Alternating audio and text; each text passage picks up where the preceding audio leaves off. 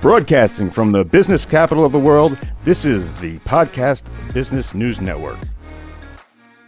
We are back with our optimal vitality doctor. That's Dr. Janet Little. Welcome back to the show today. How are you? I'm doing great. How are you? Great to be back.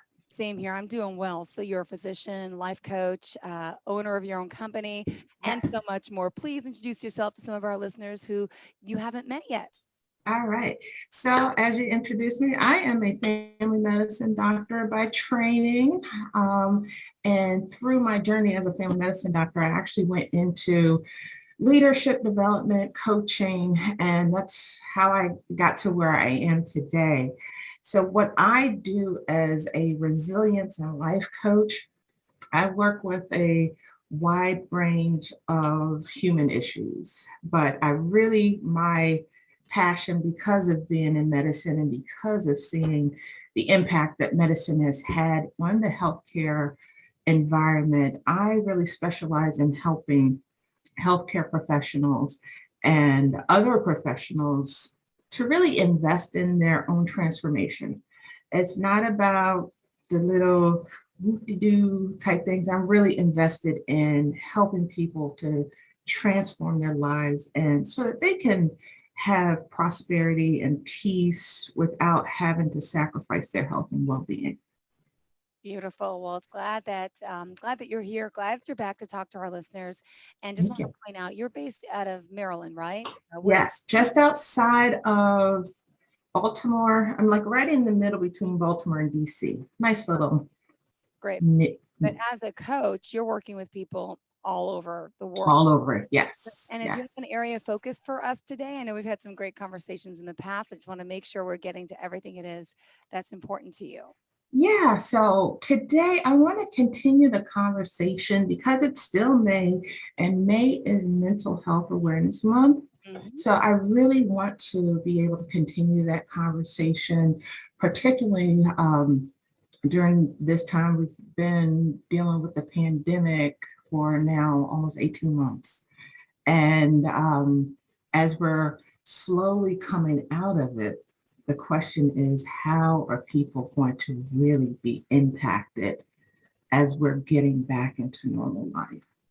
So I really just want to raise the awareness and the importance of mental health, because unresolved mental health concerns really puts an individual at higher risk for acute and chronic diseases, as well as unintentional and intentional injury. And we've seen a whole lot more since the pandemic. Absolutely. And so as we all know, 2020, it was a rough year. And the pandemic, social injustices, the election, distance learning, you name it, we dealt with it. The list goes on. And we were all impacted by it. I don't think anyone got away from this unaffected. In some way or some manner, everyone's mental well-being was challenged in 2020. And it was kind of an awakening of mental health, that more people are opening up to it and willing to talk about it a little bit more. And as we normalize mental health and get rid of that stigma that's surrounded around mental health, more people are trying to get the help that they need. And so I think we all thought that, hey, once December 31st came by and January 1st hit, that 2021 was going to be a different year. And it wasn't. So we're still dealing with it.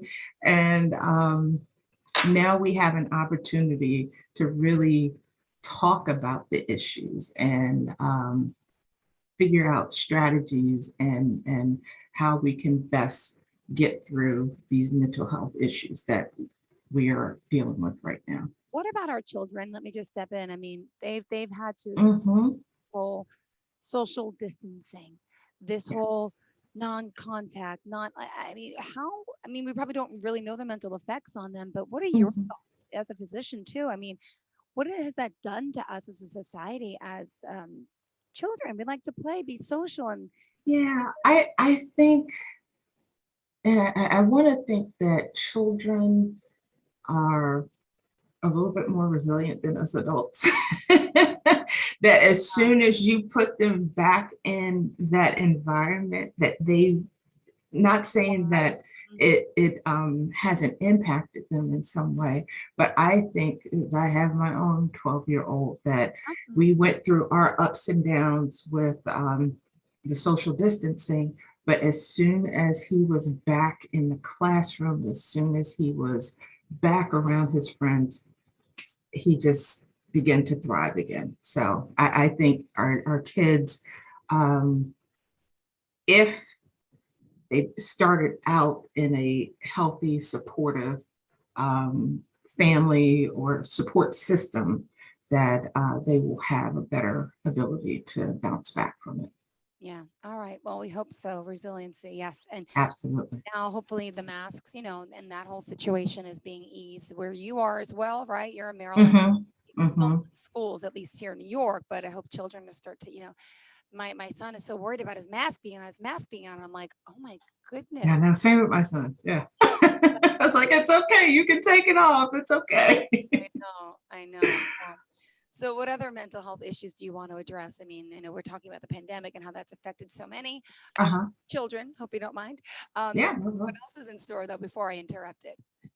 No, I think just recognizing the impact of COVID-19 has had on us as a society, and what steps do we now need to take to get back into the swing of things. And it's my hope that we don't get amnesia about this last year, Yeah. that we've actually learned a lesson, and moving forward, we can take those lessons and be better people Mhm. as a result. But I actually, interesting, found some new numbers in regards to the impact of COVID-19. So some of these new numbers is that it's reported symptoms of anxiety increased threefold in Okay. 2020 compared to 2019. So yeah, there's something serious going on. And then there's also a 400% increase in symptoms of depression in 2020. And since COVID-19, 51% of employees report worse mental health at work. So we can't turn away from these numbers. The Yeah. statistics are there, the impact is there. So now the question is, how do we take action to support our people? And having an understanding, not just of the statistics, but an understanding of what people are going through. Um, our well-being has to be just as important as getting the pandemic 20 pounds off. Yeah. Yes. Yes. Wait, what was it called again? I thought It was a COVID 20. What was it? COVID 20 or 19 or something like Yeah. that. Yeah. Whatever. I'm feeling as well. So I'm trying to get those pounds off as well. But I think, as I said, it's important that we address these issues moving forward, because we're expecting people to go back to their jobs. We're expecting people to go back to their normal lives. But with this adversity, we can't just expect to go back to where we were. And it's the same thing, as I talk about with resilience. Once you've experienced some adversity, you don't want to go back to that target point where you were before. You want to move beyond it and move forward with new lessons, such that when you are hit with adversity again, you're not going to be down as well. Yeah. And let me ask you this. I know we talked last time a little bit about distinguishing what you could do as a coach compared Mhm, to a medical professional. And there's a little bit of a blurred line there in a sense, right? But mhm. you say if you're talking to someone who really has a mental health issue and you're, you have the experience to know, you would recommend them over to a professional in a sense to treat something that's more deeper than what you could do as a coach in a sense, right? Like, Absolutely, like absolutely. can depression be helped by a life coach and anxiety, It can, things that it can be, can. right? So But that's some people, without medication, which is the way to always start, unless, right? right, Okay. right. But some people may not be at that mental awareness that they need to seek Okay. therapy. Mm-hmm. And I've had clients like that where they know that they need therapy, but they are just not ready to take that step. So with coaching, it kind of primes the pump Yeah. in the sense that we're going to put this on the back burner, but as we're moving forward in this coaching process, understand that if we get stuck in these same thought patterns that we're not able to move from, my recommendation is I'm not going to abandon you, but I am going to make the recommendation that let's work in conjunction with therapy. Good. And there is a continuum of mental health. So you may have somebody who is healthy or in the reactive stage of their adversity or dealing with this pandemic, and they may not necessarily need therapy because they're able to kind of go in and out of their stressors. They still have good coping mechanisms. They're in that stage of I'm surviving, but things have not become more ingrained as depression or hopelessness or someone who is actively trying to harm themselves. Mm-hmm. So that's kind of where I draw the line of really understanding where they are and what their needs are. Great. And Dr. Janet Little, at this time, would you mind just giving us the best form and all forms of contact for you so people could? Sure, absolutely. I can be reached first with my phone number. It's 443-492-9578. I have put it up because I don't call myself. And then I can also, my website is optimalvitalitydr.com. Then I'm also on Facebook, and consider that your safe space for learning tips on resilience and being able to reach out to me directly. And on Facebook, I can be found on Optimal Vitality MB. Beautiful. All right, let's continue. We're not taking a break.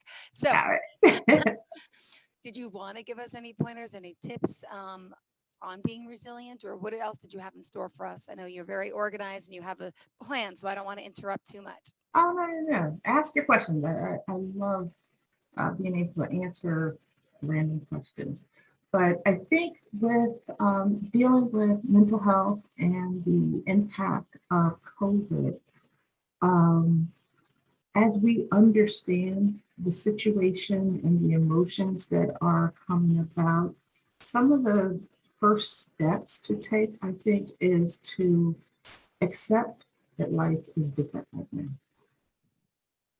That it's, we just have to accept it. It's different. There's not too much we can do about going back and getting life the way it was. It's different and it's going to forever be changed. And so once we're able to accept that, um, it's okay to right now expect less of yourself and not to be too hard on yourself. And one thing I tell folks is that it's okay to not be okay and to seek help if you need it. And again, that's where the therapy and coaching come in, that some people are just not ready to seek the help of a therapist. One, because they may not be ready for it. Two, it's kind of hard to get into one right now. Mhm. And so you can at least, with a coach, have that opportunity to set new goals for yourself, have someone help you to be accountable, and then help you to live your best life as well. And then some of the other things I would say in terms of helping folks along is to explore different things that fulfill you. So we may not have all those things that were fulfilling to us before. Things are now opening up that we can go back to, but again, things are different. So learning new skills or learning a new hobby. I'm in that boat as well that I'm going to be gardening soon. So we shall see what color thumb I have over the next couple of weeks. So that's something that I'm trying out for myself just to because I know that it will probably be a new challenge for me and be a stress reliever as well. So we shall see. So we should kind of step outside of our comfort zone, try new things. That's Yes.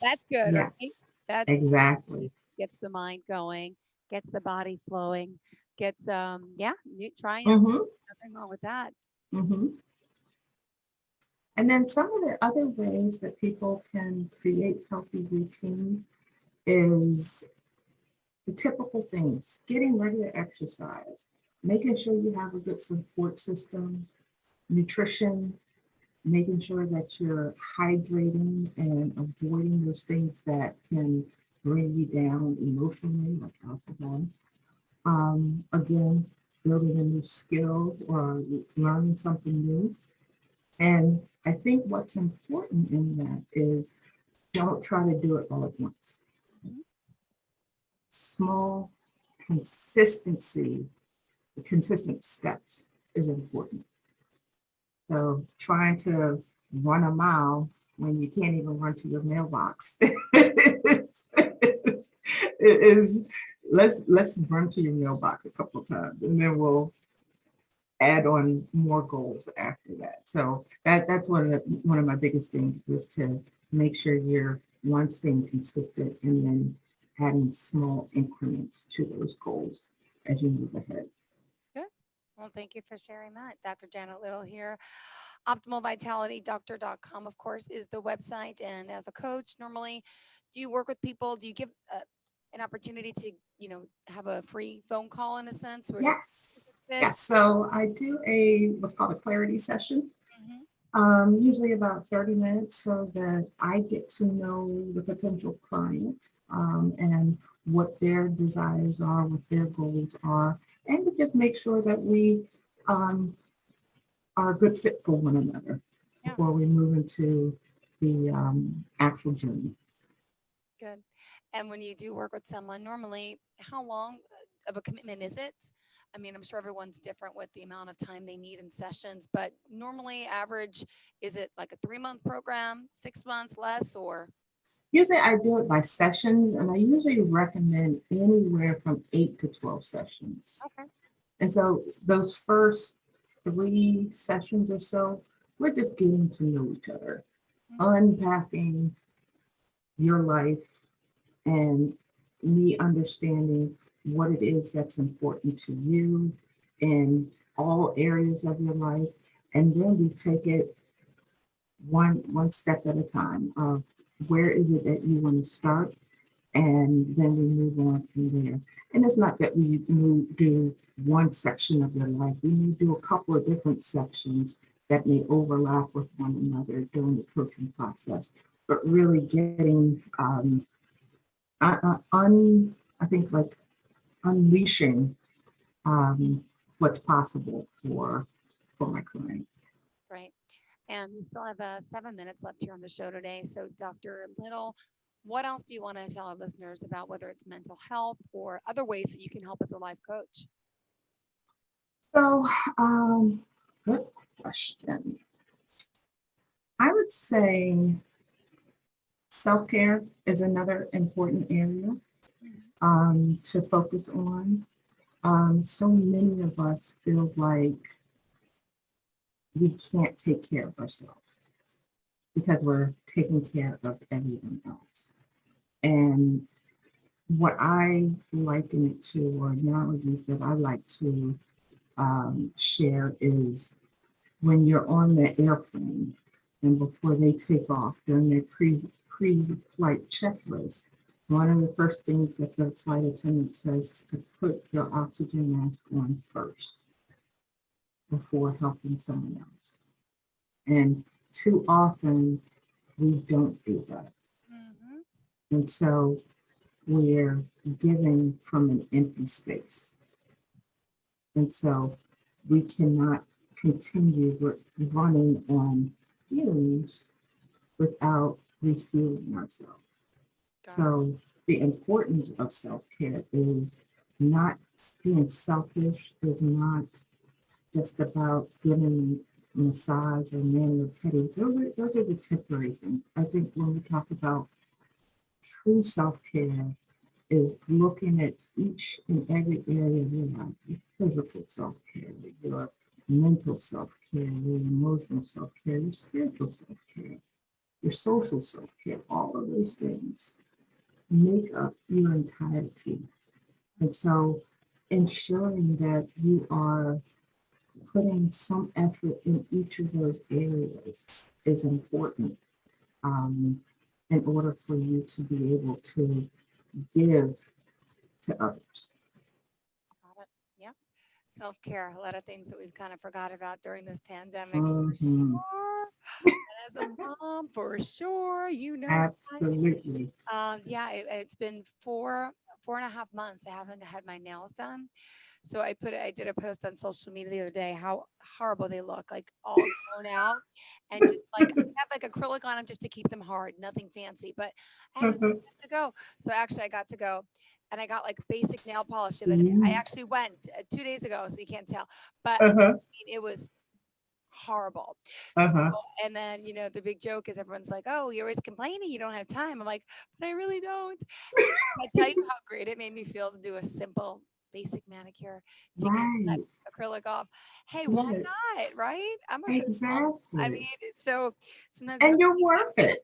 we don't make the time, but yeah, we should. But yeah, self-care. But yes, I just wanted to share my own little, oh gosh, I feel like $1 million now. Yeah, Right, exactly. That I'm one little blowing. thing. And then it continues the momentum for you to grow in other areas of your life or to be able to support other people from a place of fulfillment and Mm, not from emptiness. yeah. Organization, I think, is part of self-care too. Like, I don't know you as a mom, but I love my sleep. But to get up that extra 15 minutes before the kids and start Mhm, doing their mhm, lunch and the preparation, and that mhm. to me gives me more self-care, because if not, I'm too stressed. If I'm waking up with them and I can't get it done, Right, my advice, right. I like just to get up a little earlier than them so I could kind of prepare or go to bed fully Mhm, prepared with everything picked out for the morning, which right. usually doesn't happen. But those are my self-care tips. What about yours? Mine is, and I'm learning to become more of this, is to have my non-negotiables. So there's your optionals and your non-negotiables. Some of my non-negotiables is I have to work out. Mm, And that's usually like the first thing in the morning. So fortunately, my husband, he doesn't mind getting my son up and getting him dressed and ready for school while I get my workout in. But once I get that one non-negotiable done during the day, I'm good for the day and I can jump in and drive to school and things like that. But yeah, that's my one thing that I have to have because it just sets the tone for the rest of my day. oh, I love Yeah, that. That's great. All right, good. So you got to do what you have to do. I absolutely. those days of working out. One day that'll come back, but surely. Well, how old? But you have a son that's how old? 12? He just turned 12 last Wednesday. Just one, or you have two? I could only afford one. Okay. Yeah, I got too. I know it's an expensive thing, but they're wonderful for sure. Wow. And still, we have 2 minutes left here, Dr. Little. So, what else did you want to enlighten our listeners with? I mean, great tips today. Reach out to me. I want to hear from folks on Facebook and have some juicy conversation about not just resilience, but just life. Yeah. And as we're opening back up of just becoming our new selves. Mhm. And I think it's kind of apropos that we're in spring and what spring actually means, that just awakening and blossoming, and what are people hoping to renew during this year that they couldn't do last year. No, it is that time of renewal. You're right. It's Yeah, here. Spring is here. Let's make the best out of it. It's been a absolutely. horrific year with the pandemic. Let's be thankful, be grateful, be happy, and work on you. Work on yourself. And not everybody knows how to do that. A little guidance from a coach can help you out dramatically. So Absolutely. make the call, Dr. Janet Little. Tell us the website again. The website is optimalvitalitydr.com. And my number that I can be reached is 443-492-9578. And I'm also on Facebook, Optimal Vitality MD. Okay. I'm on LinkedIn as well, Janet Little MD. So you can find me and on multiple platforms. I'm looking to expand to other platforms as well. So Do you do it's a process. Do you do any Facebook Lives? You know what? I have not done a whole lot of Facebook Live. So are you challenging me? No, to get people invited into the conversation. It's like a podcast. It's great, but you could reach Yeah. out. Just a suggestion. No, I'm not saying you have to do anything you don't want to do. Dr. Janet Little, optimalvitalitydoctor.com. We always appreciate seeing you, talking to you, and Thank you. It's been a pleasure. mental health care, super important this month. We're still in May here. So if you know someone who needs help, you need help personally, reach out to someone. Thank you so much. Have a great day. And everyone else saying stay tuned. More of the show is on the way.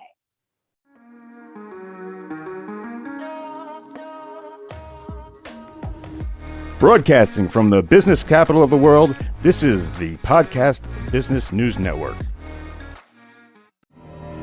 For nearly 2,000 severely injured veterans, everyday life has become filled with barriers. Day-to-day simple tasks can become pretty daunting. I have to carry my chair up 2 flights of steps or have somebody do it for me. What scares me the most is just the falling.